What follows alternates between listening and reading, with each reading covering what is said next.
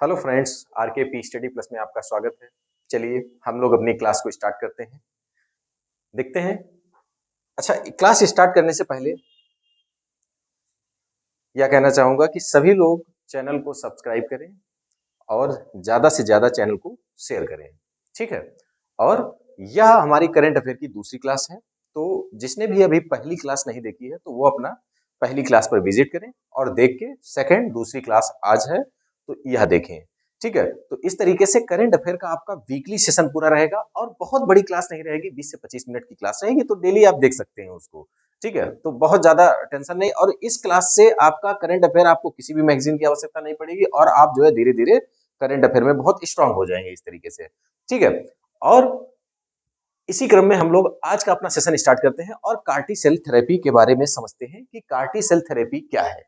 तो हम आपको बताएं कि कार्टी सेल थेरेपी क्या है। उससे पहले आप कुछ चीजें लिखी हुई हैं, इनको समझ लेते हैं कि जो कार्टी सेल थेरेपी होती है इसमें टी सेल का प्रयोग किया जाता है। टी सेल, तो टी सेल क्या होता है? एक प्रकार का लिम्फोसाइट्स होते हैं। यह एक प्रकार के लिम्फोसाइट्स होते हैं। तो ये ध्यान रखना है कि क्या होते हैं? लिम्फोसाइट्स होते हैं। तो इस तरीके से ये आपको क्लियर हुआ कि कार्टी सेल क्या, टी सेल क्या होते हैं, एक लिम्फोसाइट होते हैं। अब उसके बाद समझते हैं कि हम क्या करते हैं, कि पहले तो इस मुद्दे को समझ लेते हैं कि कार्टी सेल थेरेपी कैंसर के लिए प्रयुक्त होती है। यह अभी हाल फिलहाल में इसकी खोज हुई है, वर्तमान में अभी नवीन खोज है यह। चूंकि इस पर काम चल रहा था 10 से 15 साल पहले से काम चल रहा है, लेकिन अभी खोजा है और इससे एक व्यक्ति को सही किया गया है। यानी इससे क्या किया गया है? एक कैंसर पीड़ित व्यक्ति था जिसको सही किया गया है एकदम फर्स्ट क्लास। तो इस तरीके से यह कार्टी सेल थेरेपी कैंसर के लिए प्रयोगी है। यानी किसके लिए है प्रयोगी? कैंसर के लिए। यानी कैंसर का पेशेंट इससे सही किया जाएगा। अच्छा, एक होता है अभी हाल फिलहाल में जो है, जैसे जो कोई भी व्यक्ति कैंसर से पीड़ित होता है तो उसके लिए एक थेरेपी चलती है, उसको कहते हैं कीमोथेरेपी। ठीक है। कीमोथेरेपी नाम सुना होगा आपने। कीमोथेरेपी का आपने नाम सुना होगा, कीमोथेरेपी। इसका तो नाम सुना होगा क्योंकि यह हाल फिलहाल में अभी चलती रहती है, क्योंकि वर्तमान में कैंसर के पेशेंट बहुत ज्यादा बढ़ रहे हैं। तो इसलिए जो है क्या है कि कैंसर के लिए कीमोथेरेपी का ही प्रयोग किया जाता है। इसमें बहुत सी दवाओं का प्रयोग किया जाता है जो शरीर को बहुत हानिकारक मतलब रूप से, यानी कैंसर को तो ये जो है ठीक करने का प्रयास करती है, बाकी सभी अंगों को डैमेज करने का प्रयास भी करती है। तो इसलिए जो है यह थेरेपी कोई बहुत अच्छी थेरेपी नहीं है, लेकिन अभी और कोई उपाय ना होने के कारण इस थेरेपी का ही प्रयोग किया जाता है। लेकिन अब हम इस थेरेपी के बारे में समझें तो यह थेरेपी बिल्कुल नो मेडिकेटेड है। यानी इसमें किसी भी दवा का आवश्यकता नहीं होती है।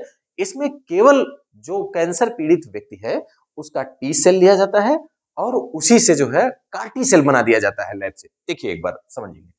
देखिए सबसे पहले क्या करते हैं कि इससे एक, देखिए ब्लड निकालते हैं। ब्लड निकाला, जिस व्यक्ति को कैंसर है उससे क्या निकाला? हमने ब्लड निकाला। ब्लड से हमने क्या किया? तीन चीजें निकलती हैं, एक डब्ल्यूबीसी, प्लेटलेट्स और आरबीसी। ये तीन चीजें निकलती हैं इससे। तीनों चीजों में तीनों का काम क्या क्या होता है एक बार समझिए ठीक से। डब्ल्यूबीसी को भी समझाएंगे, आरबीसी सबसे पहले समझते हैं। तो यह कार्बन डाइऑक्साइड और O2 को शरीर में स्टोर करती है। यानी सीधी सी बात है कि ऑक्सीजन हमारे शरीर में कैसे पहुंचती है? तो आरबीसी के माध्यम से पहुंचती है। यानी लाल रक्त कणिकाओं के माध्यम से हमारे शरीर में जाती है और फिर लंग्स के माध्यम से उसको प्योरीफाई किया जाता है। तो इस तरीके से यह जो है एक प्रक्रम रहता है। अब प्लेटलेट्स का जो काम है, यह क्या करता है कि यह ब्लड को जमने में सहायता देता है। यानी अगर किसी व्यक्ति की प्लेटलेट्स कम हो गई हैं, बहुत कम हो गई हैं, सपोज दैट 5 से 10,000 15,000 बची हैं, तो उस व्यक्ति की नाक से, मुख से ब्लड निकलने या कान से ब्लड निकलने की संभावना बनी रहती है। तो इसलिए ज्यादा प्लेटलेट्स अगर कम होती हैं तो प्लेटलेट्स वगैरह चढ़ाई जाती हैं। तो चढ़ाई इसीलिए जाती है ताकि ब्लड जमे और ब्लड ज्यादा पतला ना रहे। तो यह प्लेटलेट्स जो होती हैं वो ब्लड को जमने का काम करती है, यानी जमाने का काम करती है। ठीक है। तो इस तरीके से ये पता चला। अब देखिए तीसरा पार्ट है डब्ल्यूबीसी। डब्ल्यूबीसी जो होता है उसी से टी सेल निकाला जाता है। तो ध्यान रखेंगे कि डब्ल्यूबीसी ही टी सेल है। तो टी सेल क्या है? एक प्रकार का, ध्यान रखेंगे, डब्ल्यूबीसी क्या है? WBC, इसी से टी सेल लिया जाता है, टी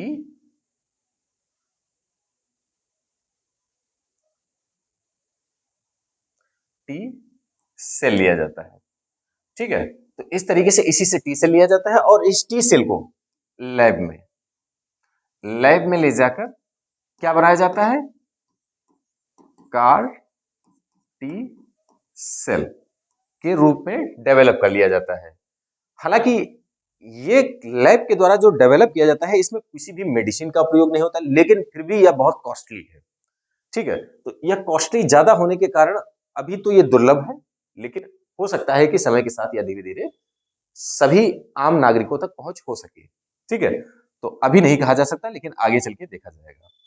तो अब देखिए ये कार्टी सेल डेवलप किया जाता है। कार्टी सेल को क्या करा जाता है कि एक पैकेट में कर लिया जाता है एकत्रित।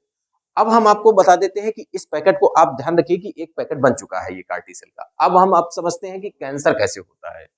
कैंसर जो होता है कि वह सेल सेल जो होते हैं उनका अनचाहा बढ़ाव, यानी सपोज दैट कि हमारी बॉडी कोशिकाओं से मिलकर बनी है, कोशिका को ही सेल कहते हैं, कोशिकाओं से मिलकर बनी है। अब उसमें उस क्रम में जैसे मान लीजिए हम लोगों का हाथ एकदम एकदम सही तरीके से बना हुआ है, तो अब इसमें अगर कोई ये प्रॉपर सेल है इसमें बने हुए, अब प्रॉपर सेल से एक प्रॉपर हैंड बना हुआ है, इसमें अगर मान लीजिए अनचाहा निकलेगा तो इस तरीके से एक आकार ले लेगा। अब इसको चाहे ट्यूमर के रूप में डेवलप कर सकता है या किसी भी रूप में डेवलप कर सकता है, यही आपका कैंसर बन जाता है धीरे धीरे इन्फेक्शन करके। तो इस तरीके से वो क्या करता है, अनचाहे सेल को डेवलप करता है, यानी वो सेल ही होते हैं लेकिन अनचाहे सेल होते हैं, तो इससे कैंसर बनता है। अब हम उसी तरीके से उसको सही करने का तरीका बनाते हैं कि जैसे ये जो कार्टी सेल का जो पाउच अभी आपको बनवाया था हमने ये लैब के माध्यम से इस तरीके से, तो आप क्या करेंगे उसको उस व्यक्ति में चढ़ाएंगे, तो क्या होगा, उन सेल की जगह पर कार्टी सेल डेवलप हो जाएंगे, यानी ऐसे करके वो सेल चिपक जाएंगे जाकर उससे, तो उसको क्या करेंगे, जो बेकार वाला सेल है उसको खत्म कर देगा और कार्टी सेल में परिवर्तित हो जाएगा। तो इस तरीके से वो सही कर देगा कैंसर को। तो यह थेरेपी इस तरीके से एकदम जो है अभी चर्चा में थी। उम्मीद है आपको समझ में आई होगी यह थेरेपी। ठीक है, चलिए अब हम लोग चलते हैं दूसरे क्वेश्चन की ओर। तो अगर किसी को कोई चीज डाउट लगती है तो प्लीज कमेंट करेंगे आप। ठीक है, नेक्स्ट देखते हैं क्वेश्चन। ये देखिए म्यांमार अभी हाल फिलहाल में चर्चा में है। तो चर्चा में क्यों है, एक बार समझेंगे कि म्यांमार जो है उसके बॉर्डर को क्या करा जा रहा है, जैसे ये देखिए इस तरीके से आपका क्या है, ये पूर्वोत्तर भारत है और यह सीमा म्यांमार से टचेबल है। तो इससे लगभग मान के चलिए कि अंदर 16 किलोमीटर तक आ सकते हैं और इसके 16 किलोमीटर तक जा सकते हैं उधर। तो इस तरीके का एक एग्रीमेंट है जिसके माध्यम से 16 किलोमीटर हम उसकी सीमा में जा सकते हैं आराम से, और हमारे यहाँ पर भी वो आ सकते हैं 16 किलोमीटर तक। लेकिन ऐसा हुआ नहीं हाल फिलहाल में कुछ वर्षों में। क्या हुआ कि यहाँ से म्यांमार के व्यक्ति आए और सीधे यहाँ पर 16 किलोमीटर के बाद धीरे धीरे अंदर घुस गए और व्यापार करने लगे अपना। धीरे धीरे उनकी संख्या भारत में बढ़ने लगी, यह चिंता का विषय बनी हुई है। तो इसलिए क्या है कि अब भारत सरकार के द्वारा यह 1643 किलोमीटर लंबी, ठीक है, सीमा को स्मार्ट फेंसिंग की जाएगी। स्मार्ट फेंसिंग का मतलब है कि जैसे या तो इसको विद्युत के माध्यम से इस तरीके से एक जो है पूरा जाल बना दिया जाएगा या लेजर के माध्यम से उसकी रक्षा की जाएगी। तो कुछ ना कुछ तरीके सरकार भारत सरकार अपनाएगी और पूरी सीमा को सुरक्षा प्रदान कराएगी। अच्छा, सुरक्षा कौन प्रदान कराता है, तो असम राइफल्स इसको जो है यहाँ पर ड्यूटी देता है। तो ध्यान रखेंगे कि असम राइफल तैनात है यहाँ पर, कहाँ, म्यांमार बॉर्डर पे। तो इस तरीके से ये बात आपको क्लियर हुई। ठीक है, तो बस इतना चर्चा में था म्यांमार, इसीलिए ये क्वेश्चन। ठीक है, तो आप ध्यान रखेंगे कि स्मार्ट फेंसिंग अभी होने वाली है। अब आपसे अगर क्वेश्चन पूछेगा तो 1643 किलोमीटर लंबा म्यांमार का बॉर्डर है। ठीक है, उससे आसपास में जो भी देश हो तो उनको देख लेना एक बार। चलिए अब उसके बाद देखिए एक क्वेश्चन देखेंगे, ये देखिए बना रहा है रूस। रूस बना रहा है एंटी सैटेलाइट वेपन। यानी ये क्या होता है, पहले तो ये समझेंगे कि एंटी सैटेलाइट वेपन्स क्या होते हैं और यह किस प्रकार से काम करते हैं। तो समझेंगे दोनों चीजों को। यह दो प्रकार के होते हैं और पहला होता है काइनेटिक और एनर्जी। इसमें क्या होता है, पहले काइनेटिक एनर्जी में काइनेटिक एनर्जी के अंतर्गत पहले तो ये समझेंगे कि ये होता क्या है।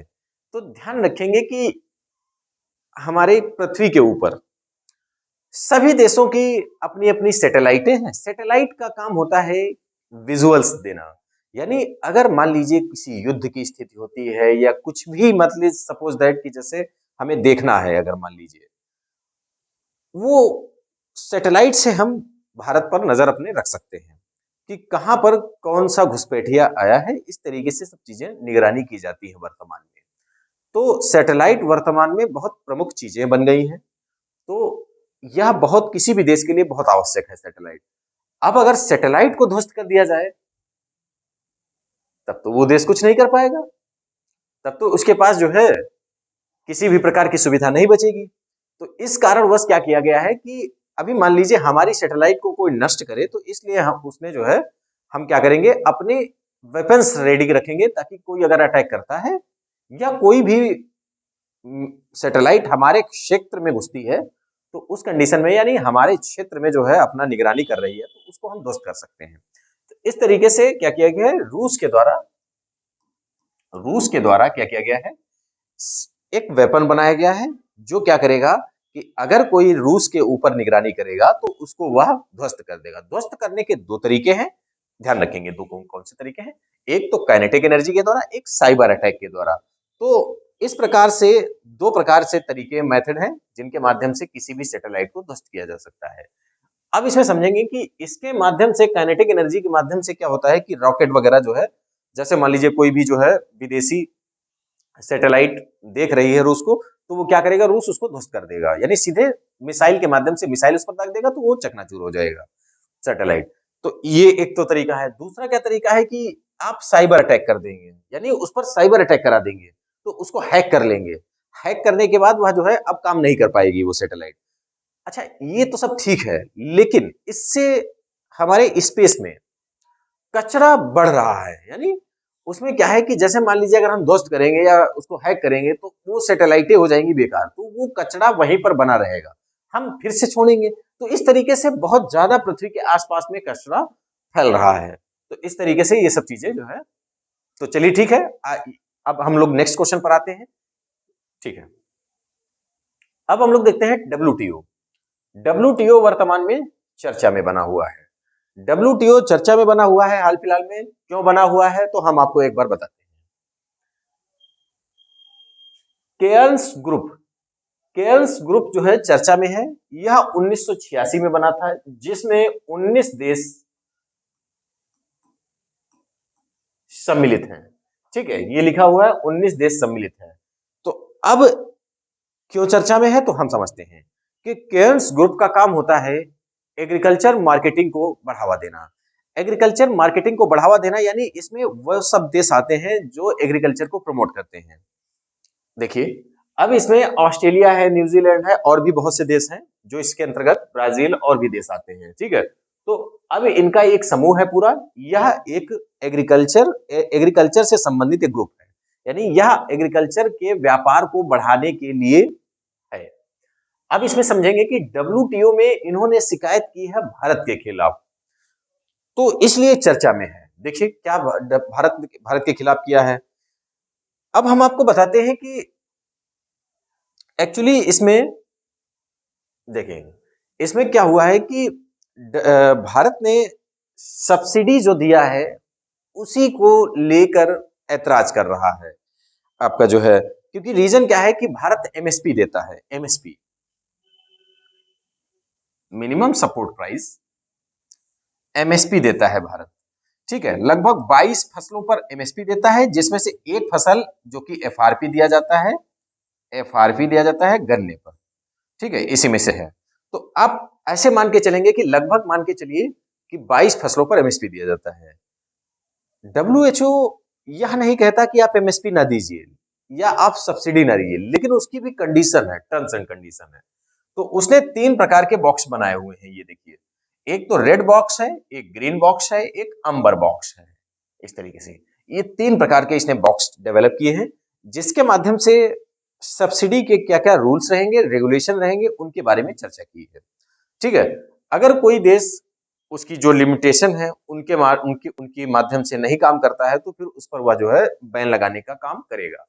डब्ल्यूटीओ का काम ही है कि विश्व में व्यापार की स्थिति को सही रखना है। यानी कोई भी देश, जैसे अब भारत क्या करता है, भारत के पास क्या सिस्टम है, भारत ने क्या किया है कि किसानों को एमएसपी दिया और फसल कम रेट पर उगाया किसानों ने, तो विश्व स्तर पर मार्केट में कम रेट पर बेचा भारत ने। तो अब इससे क्या हुआ, आसपास के जो देश हैं और भी देश जो महंगा आइटम देते हैं उनको दिक्कत हुई, यानी ये केयर्न्स ग्रुप वालों को दिक्कत हुई, जिससे क्या हुआ कि ये डब्ल्यूटीओ में पहुंच गए कि डब्ल्यूटीओ में इन्होंने बताया कि ऐसा है कि भारत जो है अपने यहाँ सब्सिडी देता है और उसके बाद ये सस्ते रेट में मार्केट में, यानी विश्व में अपना मार्केट, मतलब गेहूं या जो भी है वो बेचता है, तो इससे हमारा आइटम नहीं बिकता है। समस्या यहां पर आई, तो इस तरीके से डब्ल्यूटीओ ने संज्ञान में लिया और चीजें जो है संज्ञान में लेकर उस पर जो है कहा कि आप जो है इस तरीके से सब्सिडी ना दीजिए। ये सब बातें अभी चर्चा में थी, तो इसलिए ये जो है आपके लिए समझना जरूरी है कि ग्रीन बॉक्स, अम्बर बॉक्स और ब्लू बॉक्स, तो ये जो है सब्सिडी चार्ट है, यानी सब्सिडी रिजीम है डब्ल्यूटीओ का, उसी के अंतर्गत है। तो चलिए आज इतना इसमें समझते हैं, फिर उसके बाद अब क्या करते हैं कि इसमें और कुछ बहुत ज्यादा इसमें समझने के लिए नहीं है, लेकिन हाँ अगला क्वेश्चन जरूर देखते हैं हम लोग। C M S COP 2014। देखिए कॉप तो कई प्रकार के होते हैं, जिसमें हम लोग सीएमएस कॉप के बारे में चर्चा करेंगे जो अभी हुआ है हाल फिलहाल में, तो यह अभी चर्चा में है कॉप सीएमएस का। तो अब इस चर्चा में क्यों है, क्योंकि इसमें क्या होता है कि विश्व की प्रमुख प्रमुख जनजातियां जो होती हैं, माइग्रेटरी स्पीसीज जो होती हैं, उन्हीं से संबंधित यह जो है एक आपका कॉप यानी कॉन्फ्रेंस ऑफ पार्टीज किया जाता है। यह अभी हाल फिलहाल में समरकंद में हुआ है, समरकंद। तो आप एग्जाम के लिए ध्यान रखेंगे कि यह क्वेश्चन पूछा जा सकता है कि आपसे बहुत ही इंपॉर्टेंट क्वेश्चन बनता है कि सीएमएस कॉप 14 कहां आयोजित हुआ, तो आप ध्यान रखेंगे कि समरकंद में हुआ। ठीक है, तो इस तरीके से बस एक सिंपल सा क्वेश्चन आता है, तो ये आपको ध्यान रखना है। सीएमएस का मतलब हम आपको बता चुके हैं, कंजर्वेशन माइग्रेटरी स्पीसीज, यानी विदेशी स्पीसीज इधर उधर घूमती रहती हैं, तो उन्हीं से संबंधित यह जो है। ठीक है, चलिए अब नेक्स्ट क्वेश्चन पर आते हैं, देखते हैं। देखिए यह ऑलिव रिडले चर्चा में बने ही रहते हैं। देखिए एक बार देखेंगे कि ऑलिव रिडले जो है, देखेंगे ये देखिए, ये एकदम छोटे छोटे सब कछुए हैं, इनको ध्यान से देखिए, ये टर्टल हैं। ठीक है, ये क्या करते हैं, उड़ीसा के बीच बीच पर आकर अंडे देते हैं, बहुत अधिक मात्रा में देते हैं, तो इसलिए ये जो है, देखिए अब इनके बारे में समझेंगे हम लोग क्योंकि ये क्यों चर्चा में है, तो ये हाल फिलहाल में चर्चा में ही है, तो इनको हम लोग समझते हैं। देखिए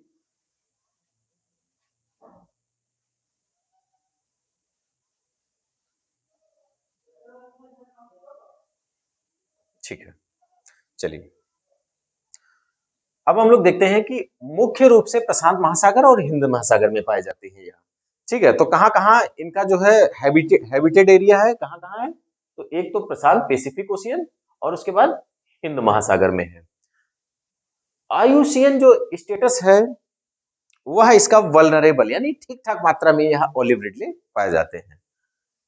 Indian wild life protection act 1972 इसमें शेड्यूल फर्स्ट में रखा गया है, यानी इनके शिकार और व्यापार पर जो है प्रतिबंध है। ठीक है, तो इसलिए इनको जो है ये चर्चा में है। यह बहुत छोटे रूप से है, ये ठीक छोटे छोटे होते हैं, तो ये चर्चा में बने ही रहते हैं। ठीक है, तो इनको ध्यान रखना।